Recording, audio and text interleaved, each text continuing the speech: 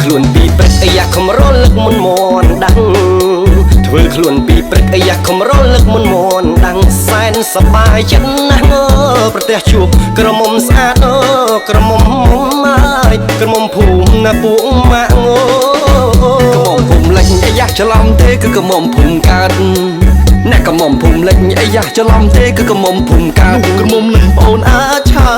ដើរជំទើកាច់ណាស់វើយអពុកម៉ាអើយអូនឆើណែកាច់ណាស់វើយមានអីត្រូវខ្លាចមកគេកាច់យើងចេញស្លូតមានអីត្រូវខ្លាចមកគេកាច់យើងចេញស្លូតណែបើគេមានអំនួតគេអាងអួតព្រោះ